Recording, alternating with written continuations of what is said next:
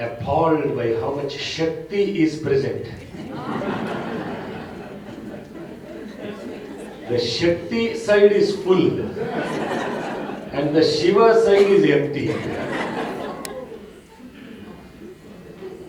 And actually that is the right thing to happen. Yes, trust me, that is the right thing to happen. Because without a woman, world will not be what it is today and world will not progress. And this is the ultimate truth. Because what woman represents, I shared the other day on the Women's Day at the Gayatri Havan. Woman represents wisdom, W for wisdom, O for obedience, M for mindfulness, E for empowerment, and N for Mother Nature. And therefore, when actually the woman in the house can actually hold the culture and can hold the faith to perfection, then automatically the children will 100% get it at one time or the other, and men may or may not get it.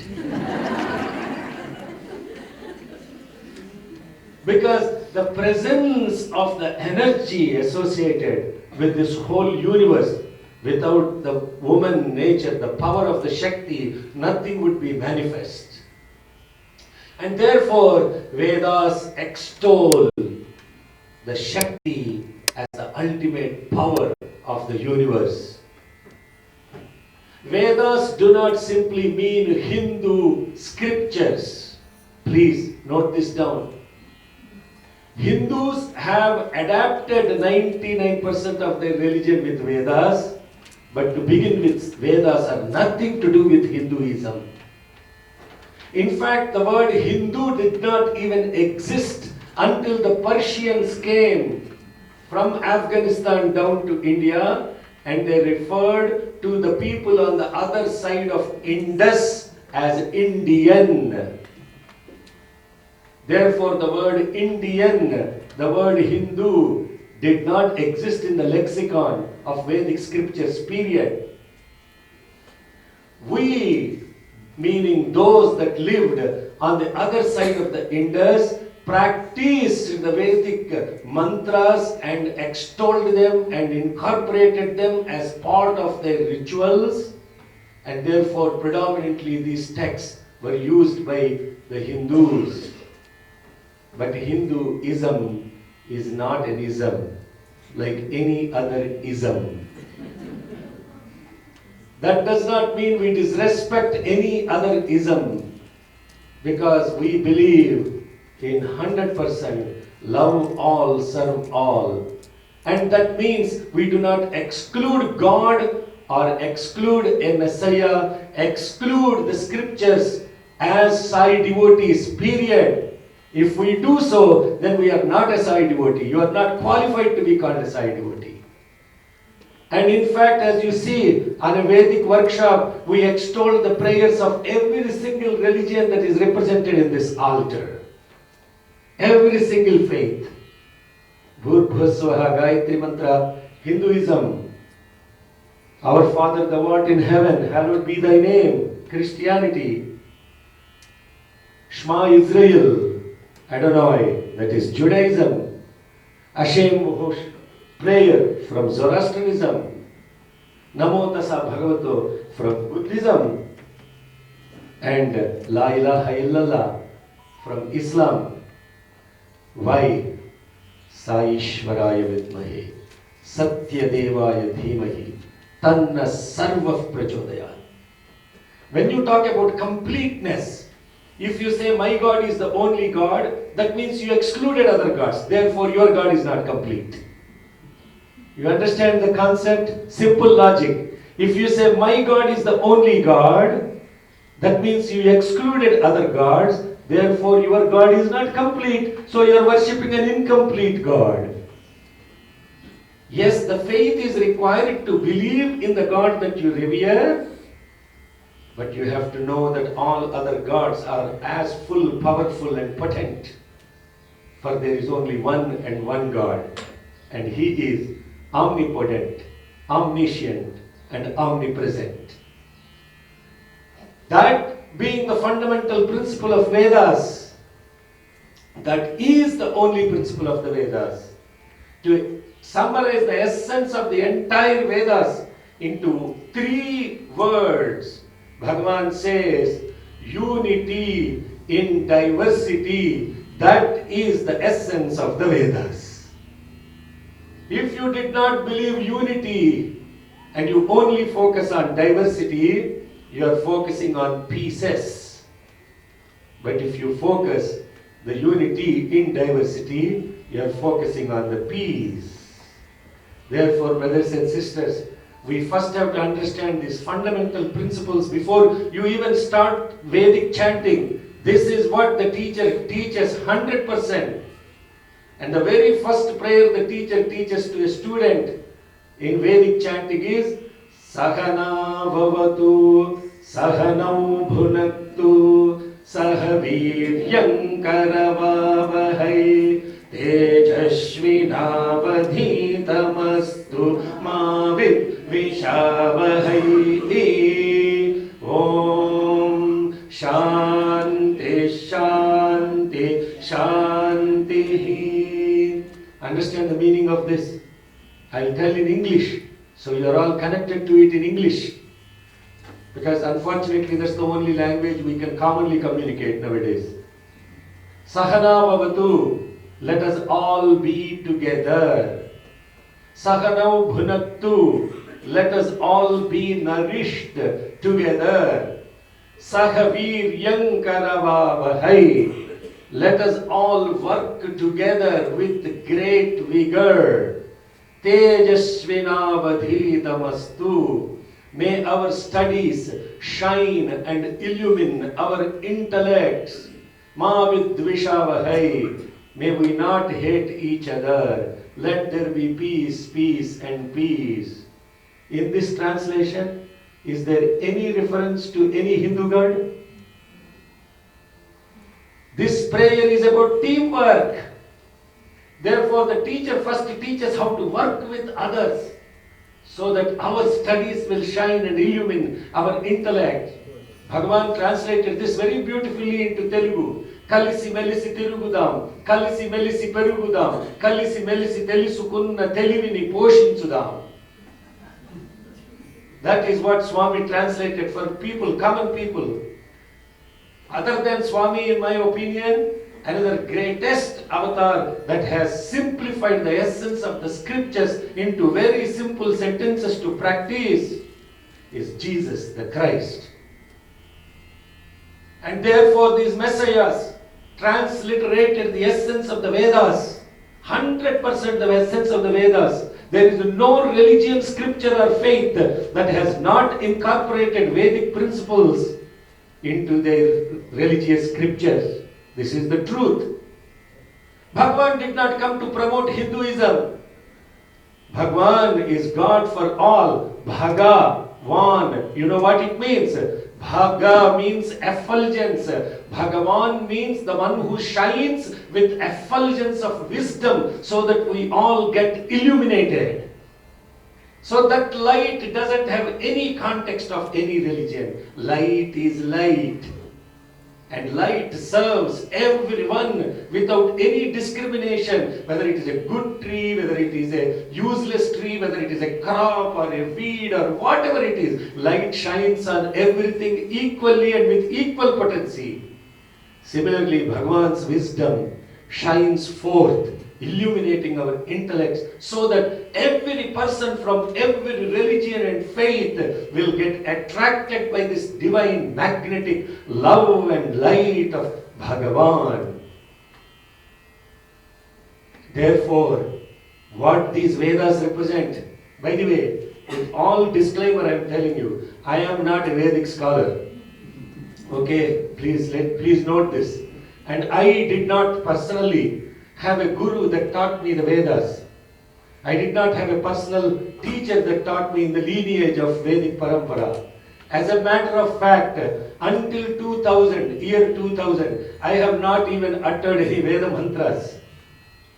And it so happened that Bhagavan, out of his immense grace, And it is his miracle to show that he can take anybody who is completely useless and make the divine wisdom shine through them. So that his miracle, because if he takes a Pandit and a Pandit is standing here and talking, you all will not know, he's a Pandit anyway, he studied, he's scholarly, all of that, what is so great about it? But when a person who has never studied any Vedas and can actually be inspired by Bhagavan's mission stands here and talks, oh, it is possible for anyone and everyone to do this.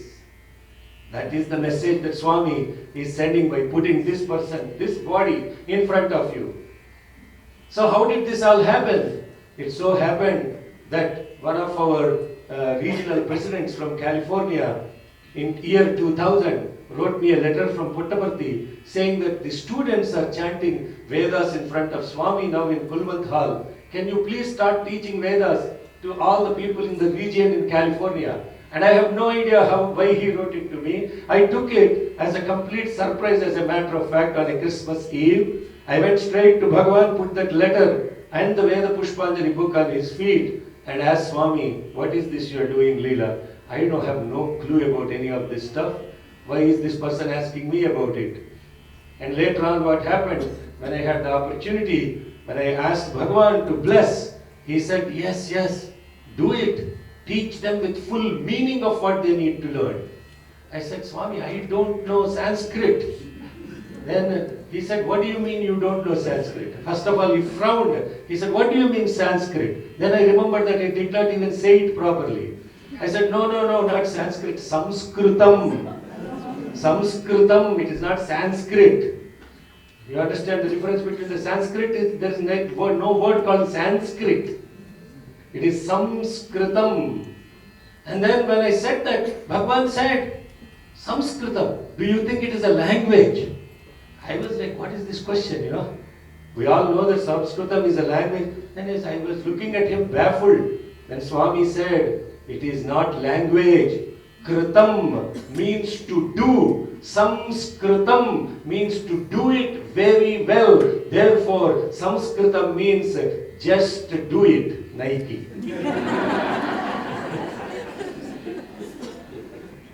Instead of doing, we procrastinate. We put filters. We say, oh, this stuff is, I don't know Sanskrit, I can't pronounce all this. I am a bhajan singer, I don't care about Vedas. I am a service guy, I don't care about bhajan. I am a study circle guy, I am a wisdom gyari. All things are equal, everything. But so these are the filters, artificial filters we have created ourselves. But they have to be integrated. Only when you integrate S-A-I, it becomes Sai. If you disintegrate, you remain where you are. You created a cocoon, your own comfort zone. You don't want to come out of it. You shall be born and died in the cocoon. You will never become the butterfly. So in order for this cocoon to expand into the butterfly, it's a struggle. You all know the story of a nature watcher, right? You heard about the story? No? Okay.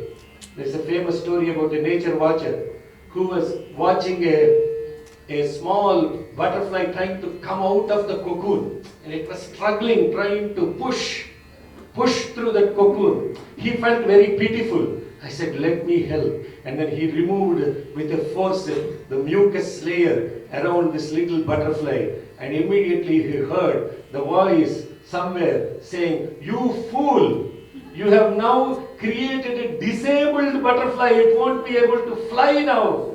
Because only when it struggles and it expands like that, its wings will fully form and it's able to fly out.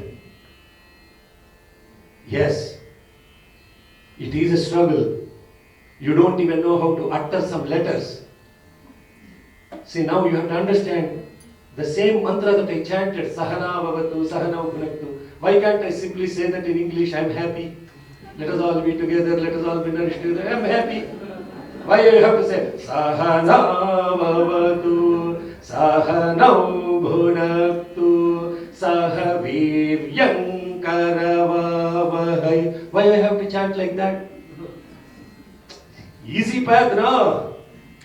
So you have to know why Veda mantras have to be chanted with perfect intonation and pronunciation, because they are not words and letters. By chanting like that, you are creating the vibration of the sound, and that vibration is what heals you and heals everyone that listens to it. It's like a matra. A mantra is like a matra. Matra means pill. Mantra is a matra. So you are creating this completeness of sound vibration, brothers and sisters. They are not words that you are uttering. Now you know why you have to chant mantras only with that intonation and with that proper pronunciation. The totality of it is a sound. Supposing if you have a bhajan and you start saying Manas Bhajare Guru Charanam Dustara Bhavasagara Taranam Om Namah Shivaya, Om Namah Shivaya, does it become a bhajan? Only when those words are combined with the exact tune associated with it. Manasa bhajare Guru Charanam Dustara Bhavasagara Taranam. Then what happened? You created a vibration.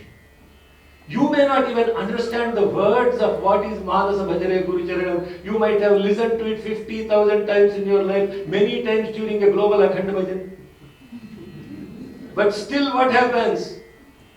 When you listen to the tune, the mind gets attracted to the tune and the mind gets still, like something like a needle that is now stuck to a magnet. The sound vibration produced will ensure that the mind doesn't move and it is still. And in the stillness of the mind, you shall experience the peace within. When the mind is wavering, you cannot experience that peace. When the mind is still, you will experience that peace. Therefore, there is a difference between chanting a bhajan and singing a bhajan. Some people chant the bhajans. Similarly, there is another component to the mantra. There is another component to the bhajan, which is getting illumined by the meaning associated with the bhajan. Have you actually studied the bhajan? Not simply sing the bhajan. Technically you may be so great at this prikka, that prikka, and get the tabla guy, do all kinds of gimmicks and all that stuff. But have you actually experienced the bhajan? What does it mean? Manasa bhajare Guru Charanam Dustara Bhavasagar Taranam.